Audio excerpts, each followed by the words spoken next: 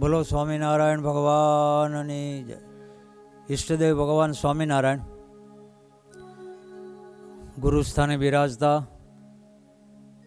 ભક્તા મહોદય તેમજ અનંત જીવાત્માઓને ભગવાનનું ધ્યાન કરવામાં બહુ જ આગ્રહ રાખીને ભગવાનની મૂર્તિ સિદ્ધ કરી આપતા ભગવાનમાં પોતે જોડાયેલા છે અને બધાને ભગવાનમાં જોડે છે ને દરેકનું હૃદય જેમણે જીત્યું છે સંપ્રદાયમાં એવા ગુરુસ્થાને બિરાજતા પરમ પૂજ્ય સદગુરુ સ્વામી શ્રી જ્ઞાનજીવનદાસજી સ્વામી કુંડળ એમને આપણે જોરદાર તાળીઓ પાડીને ગુરુને વધાવશું. સરસ મજાનું આ સત્સંગ બાગ સ્થાનમાં ઘનશ્યામ મહારાજ, હરિકૃષ્ણ મહારાજ દેવોને પધરાવીને મંદિર અમે દર્શન કર્યા.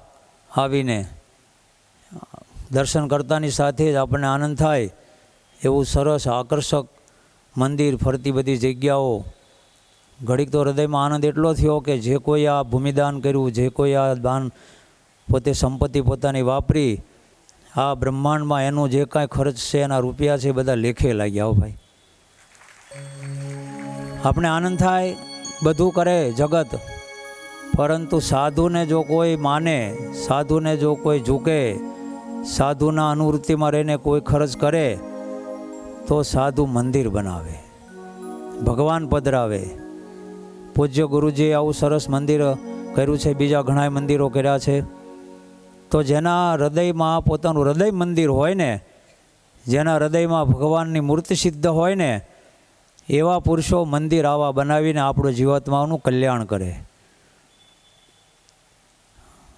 ગુરુજીએ પણ કીધું,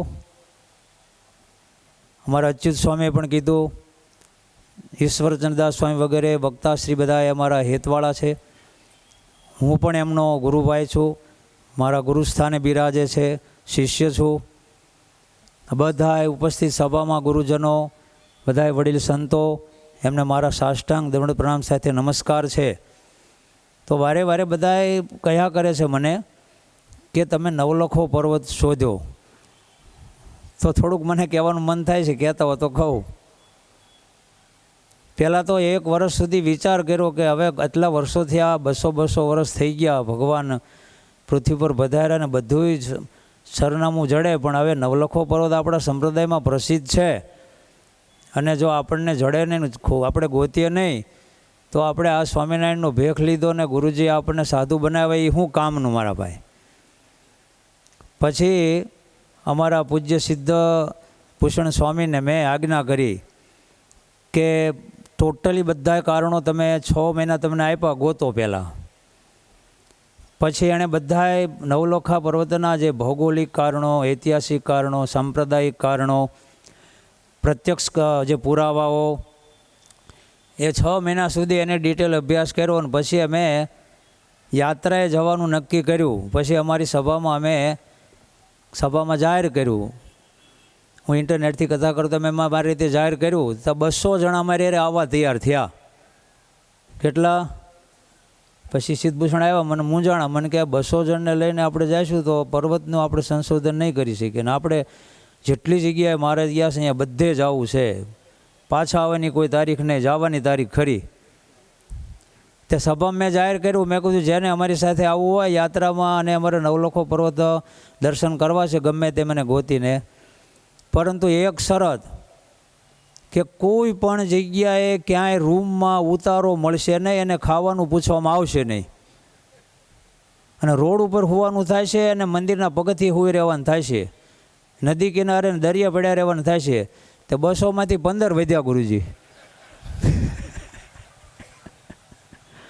રાજસ્થાનના 5-7 ભક્તો હતા, પછી સુરતવાળા હતા, અમદાવાદવાળા હતા, બધા ભક્તો.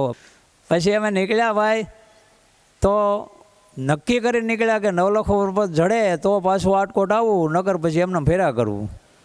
તે ઉપાધિ કોને થાય? જો ગુરુજીને થાય ને ભગવાનને થાય. જો ગુરુજીએ કીધું ને કે ગોપાલ યોગીને મળ્યા, તાર મહારાજે પૂછ્યું કે તમને કોઈક સાચા ગુરુ મળ્યા હોય તો જ આવું તમારામાં કાંઈક હોય. તો અમને આવા ગુરુજી મળ્યા છે તો જ અમને આવું તાન જાગે ને ભાઈ. તો ગુરુજીએ પણ કીધું કે મેં પર્વત ગોતો, મેં નથી ગોતો. મારાથી બોલવામાં મને થોડુંક ઓલું થાય છે, સંકોચ થાય છે, કારણ કે મહિમા આપણો આવે એવું બોલાય નહીં. પણ અમારી સાથે ગુરુજી અને કોસાડના ઘનશ્યામ મહારાજ હાજર જ હતા. એ તમારે જાણવું હોય તો રાજસ્થાનના ભક્તોને મળી લેજો. ઘનશ્યામ મહારાજ કોસાડ, ત્યાં જઈને પ્રાર્થના કરી. સીધા અહીંથી અમે સુરત ગયા અને ઘનશ્યામ મહારાજને પ્રાર્થના કરી કે તમારે અમારી હારે કંઈક કરવું પડશે મદદ. સંતોના ગુરુજીના આશીર્વાદ તો છે જ, પણ ભગવાનનો ભલે બધાય કારણો સિદ્ધ હોય, પણ દિવ્ય કારણ પણ એક હોવું જોઈએ. તો પછી અમારી સાથે રાજસ્થાનના ભક્તો હતા. અમે એક ભગતના ચાલુ બસમાં ભગવાન પધાર્યા અને ઘનશ્યામ મહારાજે પોલીસના ડ્રેસમાં આવીને કીધું કે તમારી યાત્રા સફળ થાય છે અને બધું અમે સિદ્ધ કરશું, નવલખો ગોતી દઈશું, જાઓ તમે. તો એની નિશાની પછી મેં તો એને મને આવીને કીધું, મેં તો માન્યું નહીં, પાછું ઝટ આપણે માની ન લઈને. પછી મોટી નિશાની હું અમારી પાસે એવા 50-100 વિડિયા છે. તો ગમે ત્યાં જઈને તો પોલીસવાળા દોડીને પગે લાગે ને ભગવાન પાસે ભેટ મૂકે. અમારો બધો ખર્ચ પોલીસવાળાએ ઉપર લીધો રસ્તામાં. ત્યારે ખબર પડી કે આ ઘનશ્યામ મહારાજ મોર દોડતા લાગે છે. અને તમે કોઈ દી સાંભળ્યું છે કે ભીખ માગવા બેઠેલા ભિખારીઓ તમારા પાસે આવીને ભગવાનને પગે લાગીને તમને ભેટ મૂકે? તો જે હિમાલયમાં ફર્યા કે આખા ભારત દેશમાં ફર્યા, તો ભિખારીઓએ કેટલાય અમને 200, 500, 1000 રૂપિયા ભેટ મૂક્યા. ભગવાન ભાળીને દોડે તરત. પછી અમને વિશ્વાસ આવ્યો કે હવે આપણે ચોક્કસ નવલખો પર્વત ગોતી શકશું. પછી અમે ભૌગોલિક કારણ પ્રમાણે સૌથી પહેલાં, તમે કદાચ કોઈએ નામ નહીં સાંભળ્યું હોય એટલે બધે સુધી, તો આજે વનવિચરણિત કથા છે, તો હું બ્રહ્મકુંડથી અમે શરૂઆત ખાસ કરી. આસામમાં થઈ અને અમે પછી બ્રહ્મકુંડ ગયા. બ્રહ્મકુંડ ક્યાં એવું નાનું મોટું સરનામું આપ્યું હતું ઘડીકમાં. કમ્પ્લેટ હિમાલયનો છેડો, ચીનની બોર્ડર, ત્યાં આગળ મિલિટરી આવી જાય અને ત્યાં આગળ ભગવાન પરશુરામજીએ તપશ્ચર્યા કરીને યજ્ઞ કરેલો અને ત્યાંથી બ્રહ્મપુત્રાનું ઉદ્ગમ સ્થાન, પહેલું મુખ્ય મૂળ સ્થાન ત્યાંથી નાનું નામ પડ્યું બ્રહ્મપુત્રા. પરશુરામ નીકળી ચીનમાંથી, નીકળી હિમાલયમાંથી, એને બીજી નદી કહેવાય છે, નામ ભૂલી ગયો, પરંતુ ત્યાંથી પછી એનું નામ બ્રહ્મપુત્રા પડ્યું. તો બ્રહ્મકુંડથી અમે શરૂઆત કરી. તો અમે ભૌગોલિક કારણે પાક્કા ગોખેલા કે એ નવલખો પર્વત ગમે ઠેઠ ત્યાંથી ગિરિમાળા છે તે ઠેઠ બાંગ્લાદેશના છેડા સુધી 500-700 કિલોમીટર, એટલી બધી વચ્ચે ગિરિમાળાઓ જ નકરી. તો જોતાં જોતાં ખબર પડી કે બાંગ્લાદેશની બોર્ડરે અહીંયા પૂરો થાય છે પર્વત. તો એ પર્વત સ્વતંત્ર હોવો જોઈએ, એની ફરતી પ્રદક્ષિણા ફરાતી હોવી જોઈએ. નીલકંઠ વર્ણીએ જે બધું કર્યું છે એ બધું એમાં જોયું. તો એ બધાય પ્રમાણો સાથે 10-12 દિવસથી પર્વતની ફરતા અમે ફર્યા. 4 વાર અમને મિલિટરીવાળા મળ્યા. તો હવે ગુરુજીનો મહિમા કહેતા હો તો કહું.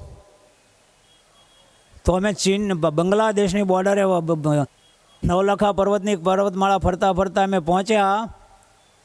તો મિલિટરીવાળાએ અમને રોક્યા. તો સિદ્ધભૂષણને સંતો બધા કે ગુરુ અહીંયા જાતા નહીં, મિલિટરીવાળા આપણને કાં પૂરી દેશે ને કાં મારશે. મેં કીધું આપણી યાર ભગવાન છે, ચિંતા ન કરાય. અમે પરાયણે એ નવલખા પર્વતના છેડા પર બાંગ્લાદેશની ટોચે પહોંચ્યા. ત્યાં આગળ તો મિલિટરીવાળા અમારી સામું જોઈને દોડ્યા. કીધું હવે મારશે જ તે ચોક્કસ. તો આવીને પગે પડ્યા. હાલે કીધું શું છે ભાઈ? એટલે કીધું તમે કેમ પગે લાગ્યા? અરે કે હું છે ને ભાઈ વડોદરાનો છું અને ગુરુજીને ઓળખું છું. ત્યાં અચ્યુત સ્વામી બાંગ્લાદેશની બોર્ડર ઉપર તમારો શિષ્ય મળ્યો, તાળીઓ પાડો એલ્યા. તો મને કે કેમ નીકળ્યા છો? મેં કીધું આ પર્વતનું નામ જાણવાના, પણ નવલખો પર્વત છે. મને કે હું વાત કરું, આ નવલખો છે? મેં કીધું આ નવલખો છે. અમે કેદાડાના ફરતા ફરતા ફરીએ છીએ, આખા પર્વતની પ્રદક્ષિણા પર. મને કે પણ જો સામે છેડો પૂરો થાય છે, અહીંયાથી છે ને 2 કિલોમીટર છેટે આ બોર્ડર પૂરી થઈ જાય છે આપણી, અને અહીંયાથી બાંગ્લાદેશ ચાલુ થઈ જાય છે. બાંગ્લાદેશમાં થોડોક આપણો છેડો ગયો છે. તો મને કે અહીંયા જાતા નહીં, નકર પછી અમારી જોડે તમને પગે નહીં લાગે, ગોળી મારશે કે. એને ભારે કરી કીધું. તોય પાછા બાંગ્લાદેશની બોર્ડરમાં અમે પરમિશન વિના પ્રવેશ કર્યો. તે ઓલો ત્યાંથી ને ખબર હતી કે આ સાધુ માનશે નહીં, તે દોડ પાછો અહીંયા આવ્યો. મને કે ગુરુ ભાઈ સાહેબ પગે લાગુ જાઓમાં, તમે નહીં પાછા આવો કે. પછી મેં કીધું હવે આનું મારે પૂરું જ પ્રદક્ષિણા કર્યો. તો મને કે રિટર્ન જઈને પાછા ઓલા છેડા ઓલા તમારી પ્રદક્ષિણા પૂરી થઈ ગઈ. આખી તમે 1 કિલોમીટર અંદર નહીં જઈ શકો, તો તમારે પરમિશન લેવી પડે. અને એ ટાણે બરાબર ઓલું યુદ્ધ થયેલું, કંઈક કૌભાંડ થયું હતું ને બાંગ્લાદેશમાં. કંઈક થયું તું સમજ્યા? તે કે ના બહુ કડક થઈ ગયું છે. પછી અમે પાછા ફરીને પાછા એ છેડે આવ્યા, પછી અહીંથી આમ થઈને આમ છેડે આવ્યા ને એ નવલખા પર્વતના બધા વિભાગોમાંથી અમે અંદર વચ્ચે વચ્ચે એન્ટ્રી કરી અને કેટલાય પ્રકારના સર્પો, કેટલાય હિંસક પ્રાણીઓ, કેટલાય મોટા જંગલી પ્રાણીઓ બધાના દર્શન થયા. આવો નવલખો પર્વત, એનું નામ અત્યારે છે ને ભાઈ ઊનકોટી નામ કહેવાય છે. કેટલું કયું નામ પડ્યું છે? ઊનકોટી. ત્યાં બધા જૂના જૂના બધી મૂર્તિઓ પ્રસાદીની બધી છે. આખો પર્વત તમારે અત્યારે જોવો હોય તો જોઈ શકાય એમ નથી, પણ થોડેક એન્ટર થઈ અને અંદર પ્રવેશ કરીને દર્શન થાય એમ છે. તો બધાય નવલખા જાયજો.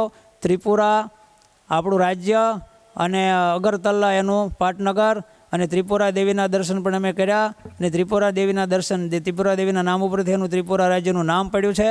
તો ત્યાં તમારે જવું હોય તો પછી બનાવવું છે ને, તમારે પાકો ઇતિહાસ જોતો હોય તો સિદ્ધભૂષણ પાસે બધું ડિટેલ ને બધી ડિક્શનરી છે.